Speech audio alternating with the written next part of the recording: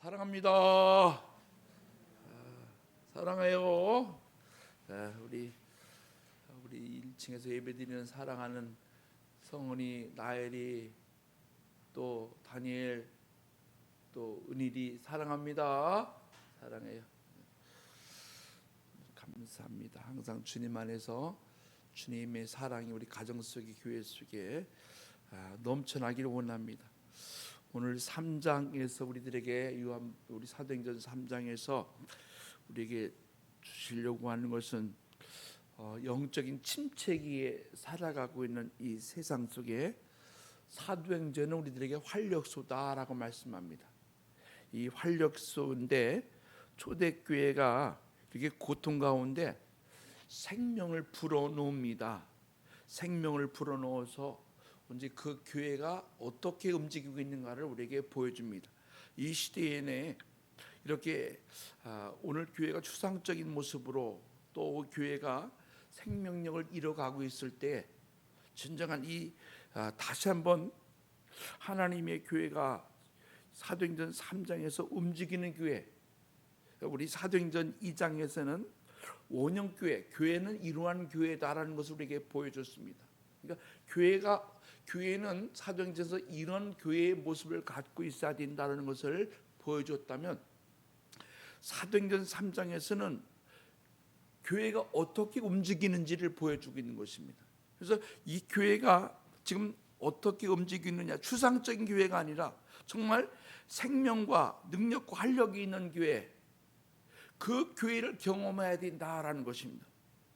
그 교회를 경험하는데 이 교회는 결국 세상 속에 세상의 빛을 발하는 그런 교회로서 역할을 감당해야 된다는 것입니다. 그래서 너희는 세상의 빛과 소금의 역할이다. 그러니까 주님이 교회를 세우신 목적은 교회를 맡겨서 세상을 향해 나가서 어떻게 하라는 것입니까? 오늘 불쌍한 사람들을 도울 수 있는 그런 모습, 또 그들에게 정말 복음을 통해 예수의 빛을 널리 전하기를 원하는 그런 모습을 우리에게 주신 것입니다. 근데 오늘 성경에 보면 불쌍한 사람이 나오는데 40년 동안, 사도행전 4장 20일 40년 동안 평생에 걸어보지 못한 사람이다. 그래서 매일 성전에 앉아, 성전 미문에 앉아서 어떻게 그가 구걸하는 사람이다. 근데 성전 문 누군가가 데려다 놓을 때만이 그가 가능하다라는 것입니다. 쉽게 말해서 거지로 살아가는 인생이라는 것입니다. 옛날에는 참 거지가 많았습니다. 그러나 지금은 우리가 그렇게 거지가 많지는 않습니다. 40평생에 걷지 못하는 사람,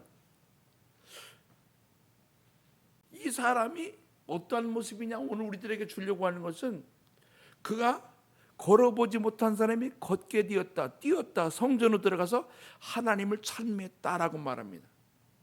근데 여기 중요한 사실은 뭐가 있냐면, 이렇게 된 사람이 기도로 걸었습니까? 아니면 큰 믿음이 그 안에 생겼습니까? 아니면 그가 회개를 했습니까? 지금 그가 기도를 하는 것도 아니고 믿음을 가진 것도 아니고 회개한 것도 아니고 그렇다고 세례를 받은 것도 아닙니다.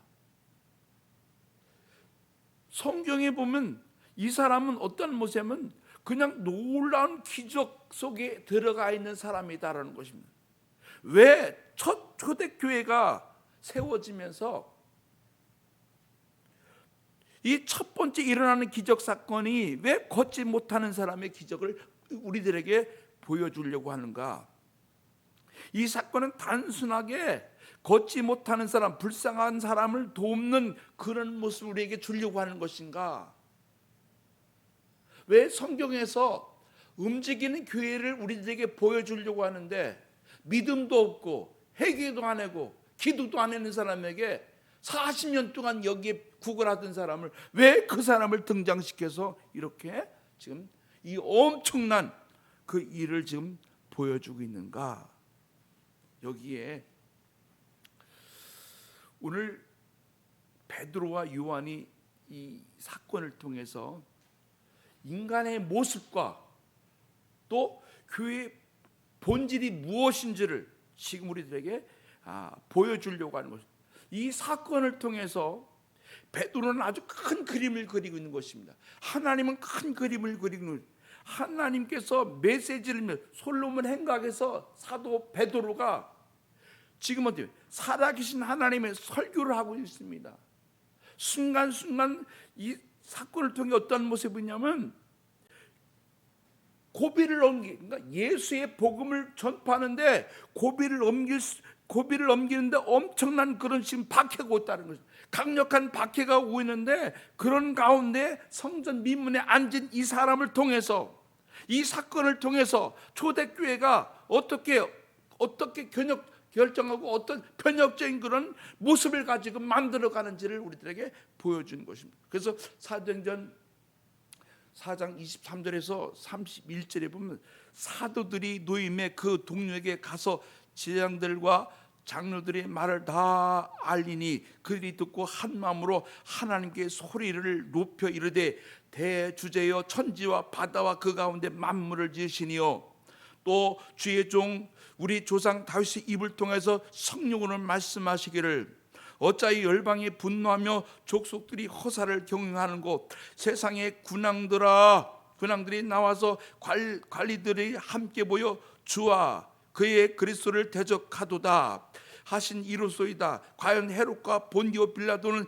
이방인과 이스라엘 백성과 합사하여 하나님께서 기름 부으신 거룩한 종 예수를 거슬려 하나님이 권능과 뜻대로 이루려고 예정하신 그것을 행하려고 이 세상에 모였나이다. 주여 이제도 그들이 위협함을 굽어보시고 또 종들로 하여금 담대히 하나님의 말씀을 전하게 하여 주시오며 손을 내밀어 병을 낫게 하시고 표적과 기사가 거룩한 종 예수의 이름으로 이루어지게 하옵소서 하더라.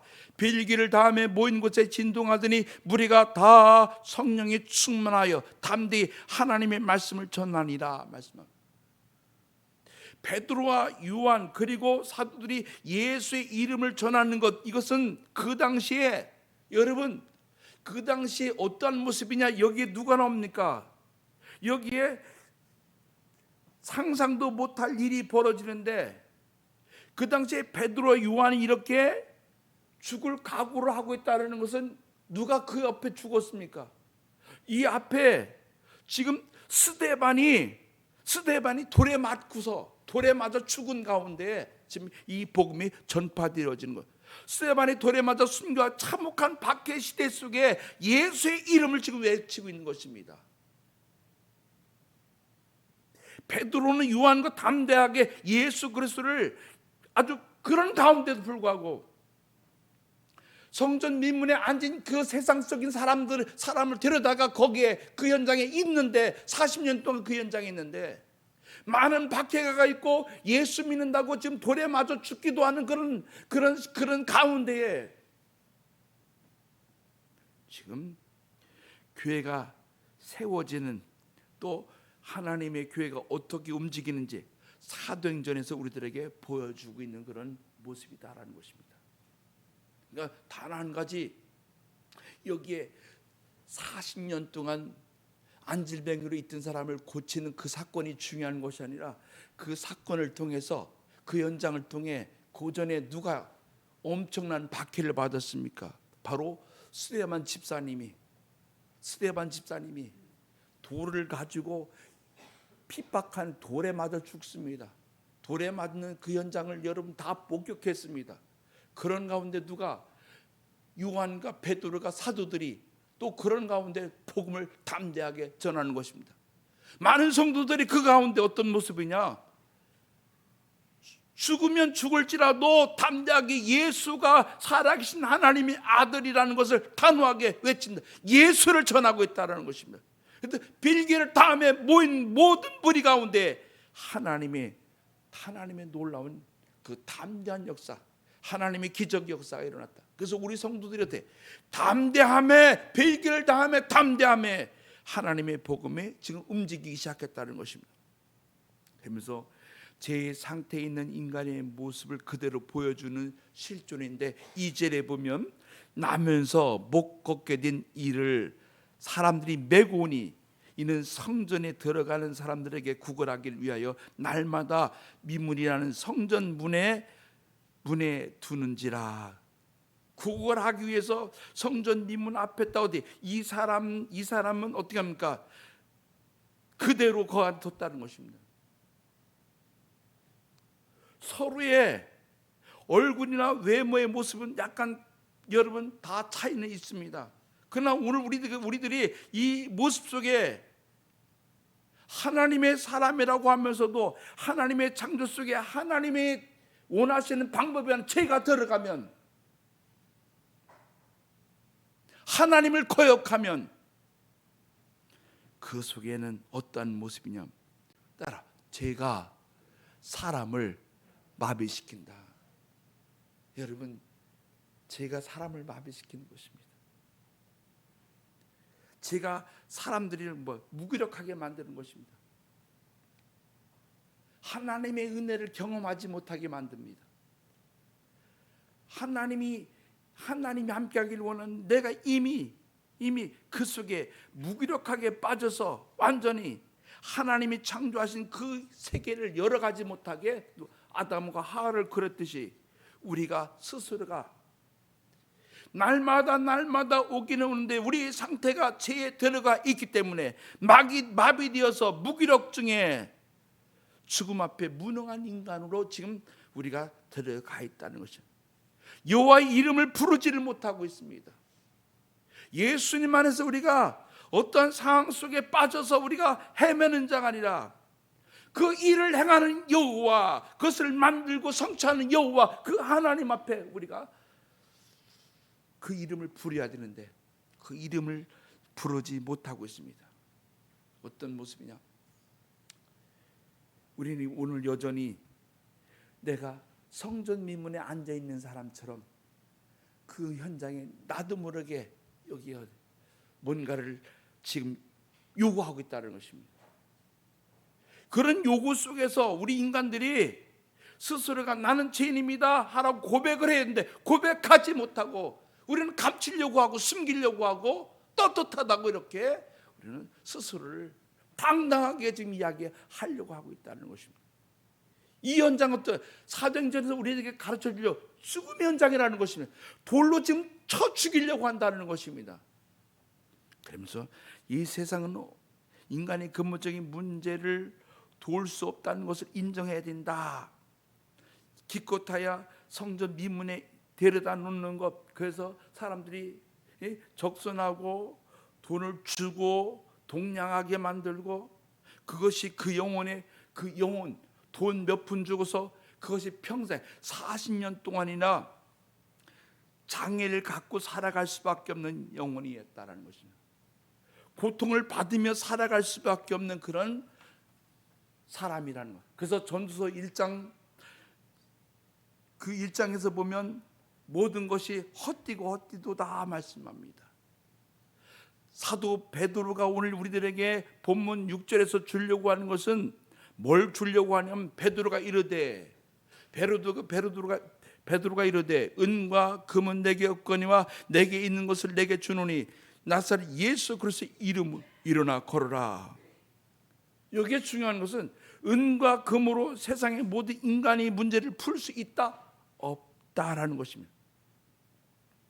성전 민문에 앉아 구걸하던 이 영혼에게 5절에 무엇을 얻을까?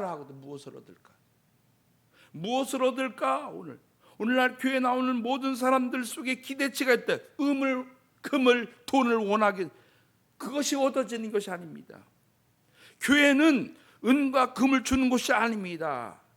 베드로가 외친 것처럼 은과 금이 아니라 교회가 진정한 교회는 사도행전 교회 꿈꾸는 교회는 없냐? 그 목적은 은과 금이 아니라 하나님의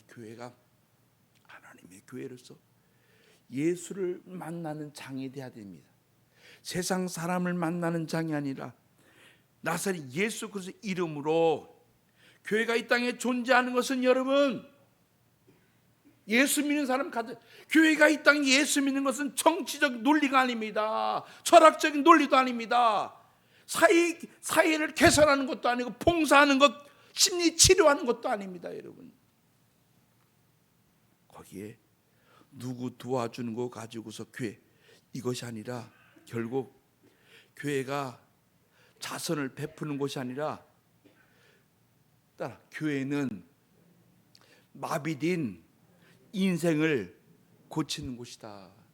할렐루야. 교회는 여러분 굳어져 가는 인간을 고치는 것이 바로 교회입니다. 가정이 굳어져 갑니다. 그 신앙인들이 굳어져 가고 있습니다.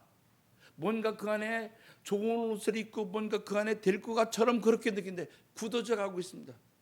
속이 타들어가고 있습니다. 오늘 그들이 하나님 안에 그 영혼이 치료받지 못하면 결국 해결받지 못합니다. 아무리 뭔가 높은 지혜를 갖고 있지만 그것이 그들을 그 영혼을 마비시키고 있습니다. 그래서 점점 2년 동안 우리의 신앙생활하는 우리들을 점점 우리 영혼을 마비시켜 놨습니다. 은과 금을 가지고 여러분 우리들을 뭔가 회복시켜 주려고 하는데 회복되지 못하고 점점 나의 영혼이 예수 없는 마비된 상태로 가고 있다는 것입니다. 그래서 여러분 베드로와 요한 우리들에게 영혼이 마비될 때 평생 걷지 못하고 노예로 전락할 수밖에 없고 삐뚤어지고 어둠 속에 살아갈 수밖에 없는 그 신앙인들에게 이 질병을 통해서 우리를 누구를 바라봐야 되냐? 세상을 바라보고 사람을 바라보지 못하는 오늘 여기에 거지에게 그가 돈을 줄까 안 줄까 아무런 그런 희망도 없이 땅만 바라보고 있는 이 거지에게 바라보라고 합니다. 보라고 합니다. 보라고 하면 의식합니다. 그러면서 그 바라보면서 이제 어떤 모습이냐? 전혀 새로운 출발을 하게 합니다. 새로운 출발은 완전히 변화된 삶을 살게 만들어가는 것입니다. 10절에 보면 그가 본래 성전 미문에 앉아 구걸하던 사람인 줄 알고 그에게 그러난 일로 인하여 심히 놀라게 여기며 놀라니라 말씀합니다. 그는 본래 성전 미문에 앉아 구걸하던 사람입니다. 세상에서 아무것도 할 수 없는 소망이 없는 사람이라는 것입니다. 하루하루 동냥하며 살아가야 될 사람이라는 것입니다. 오늘 교회는 여러분 영적인 드라마를 쓰는 것입니다. 세상에는 그것밖에 안 돼서 성전 민문에서 거지처럼 살아갈 수밖에 없는 인생이었는데 하나님을 만나서 마디마디가 굳어있고 영혼이 다 어떻게 내가 영혼이 내 상태가 다 체가 되어 있는 상태지만 이 상태 속에서 주님 오늘 주여 내가 이 고통을 경감하며 근원적인 치유가 일어나기를 원합니다. 예수 믿는 사람은 여러분 치유가 일어나야 됩니다. 병원 가면 여러분 상담받으면 마음이 앞에 상담받으면 여러분 돈을 내야 됩니다. 돈을 줘야 돼. 그러나 그것은 약물을 치유하고 뭘 먹고 근데 그것이 근본적인 해결이 안 됩니다. 그러나 주님 안에 왔을 때 주님 만났을 때 주님과 나의 신앙의 사건이 만났을 때에 어떤 일이 벌어지냐면 이제 풍성한 삶으로 바뀌어지는 것입니다. 내가 은을 금을 쫓던 내 인생이 이제 예수 없으면 안 되는 내 인생이 되어 있구나. 우리 교회가 성전 미문에 구걸하던 사람들에게 영혼이 마비되고 무기력하고 절망하는 사람들에게 오늘 4절에 있는 것처럼 베드로가 요한과 더불어 주목하 이르되 우리를 보라 하니 지금도 무너져가고 있는 사람 비판적인 냉소적인 사람들에게 오늘 어떤 모습이냐 우리를 보라고 합니다. 3년 동안 여러분 우리의 심장 우리의 습관 우리를 다 마비시켜놨습니다. 우리 중심이 어떤 모습이냐 코로나로 인하여 오늘 오미크론으로 인하여 이 전염병이 우리를 가둬놨는데 오늘 하나님을 찾지 못하는 병에 걸리게 만들었다는 것입니다. 오늘 점점점 3년 동안 하나님의 백성들을 병이 들어가는데 그 병이 뭐냐면 영적인 병이 들어가고 있다는, 영적인 병이 뭐냐면 하나님 없이 살아갈 수 있는, 하나님 없는 그런 병이 만들어졌다는 것입니다. 하나님이 없는 병은 결국 여러분 우리 가정이, 내 신앙이 온전해지지 못합니다. 하나님을 간절히 찾을 때만이, 하나님 향한 그 회복이 됐을 때만이 여러분 여기 열정이 살아나는 사명을 통해서 다시 한번 우리는 하나님이 부여해 주신 그런 뛰기도 하고 걷기도 하는 그런 역사가 일어나는 것입니다. 더 이상 여러분 습관을, 이제 구걸하던 습관을 다 띄워버리고 이제 사도행전을 붙잡고 주여 내 가정, 내 신앙을 한번 회복하기를 원합니다. 나 역시 40년 동안, 30년 동안, 10년 동안 내가 나와서 뭔가를 내가 세상 것을 딱만 바라보고 살았는데 이제는 내가 영적으로 움직이는 사람 되기 원합니다. 영적으로 누구 만나야 돼? 예수 만나서 예수 만날 때 은과 금이 들어오는 것이고 뛰기도 하고 걷기도 하는 그런 영적인 새바람이 일어나기를 원합니다. 이제 한국교회, 일신교회는 사도행전을 통해서 영적인 새바람을 우리는 여러분 일으켜야 됩니다. 움직이는 교회가 되어야 됩니다. 이렇게 스데반이 순교하면서 죽으면서까지 저들의 죄를 저들의 죄로 돌리지 말라고 이렇게 고백한 것처럼, 그런 가운데 당당하게 많은 시선을 일으키면서 많은 사람들의 영적인 새바람을 일으키면서 여기에 40년 동안 많은 사람들이 저 사람은 그렇게 살 수밖에 없는 사람으로 낙인 찍어놓은 그 사람이 그 현장 속에 그를 회복시키는 이유는 뭐냐면 살아계신 하나님, 교회가 어떻게 움직이는지를 아무리 너희들이 박해를 해더라도, 아무리 어떤 순교자를 만들어도 하나님의 교회는 예수의 신앙 속에 세워진다. 할렐루야. 하나님의 교회가 그렇게 만들어지는 것입니다. 하나님의 교회가 더 강력해지는 것입니다. 어떤 마비를 시키려고 할 때마다 우리는 영적인 하나님, 영적 인공호흡이 돼서 하나님의 말씀이 내 안에 들어가 다시 한번 살려내기 원합니다. 변화되어지기 원합니다. 철저하게 그래서 우리가 바뀐 만큼, 변화된 만큼 우리는 2020년도를 만들어갈 수 있습니다. 그러나 내가 변화되지 않고 거기에 머물러 있으면 나도 모르게 어떻게 마비되어 가고 있는 것입니다. 영혼이 마비되지 않고 다시 한번 내가 귀찮고 힘들고 뭔가 내가 이것 아니다, 그게 아니라, 이것이 아니라 주님 안에서 주여 오늘도 하나님의 교회 속에 영적인 시선을 마주치며 주님을 바라보며 일어서기 원합니다. 주님 바라보며 영적인 내가 변화되어지는 신앙으로 우리 일신교회를 한번 만들어갈 수 있는 그런 교회와 또 나의 신앙 되어지기 원합니다. 기도합니다.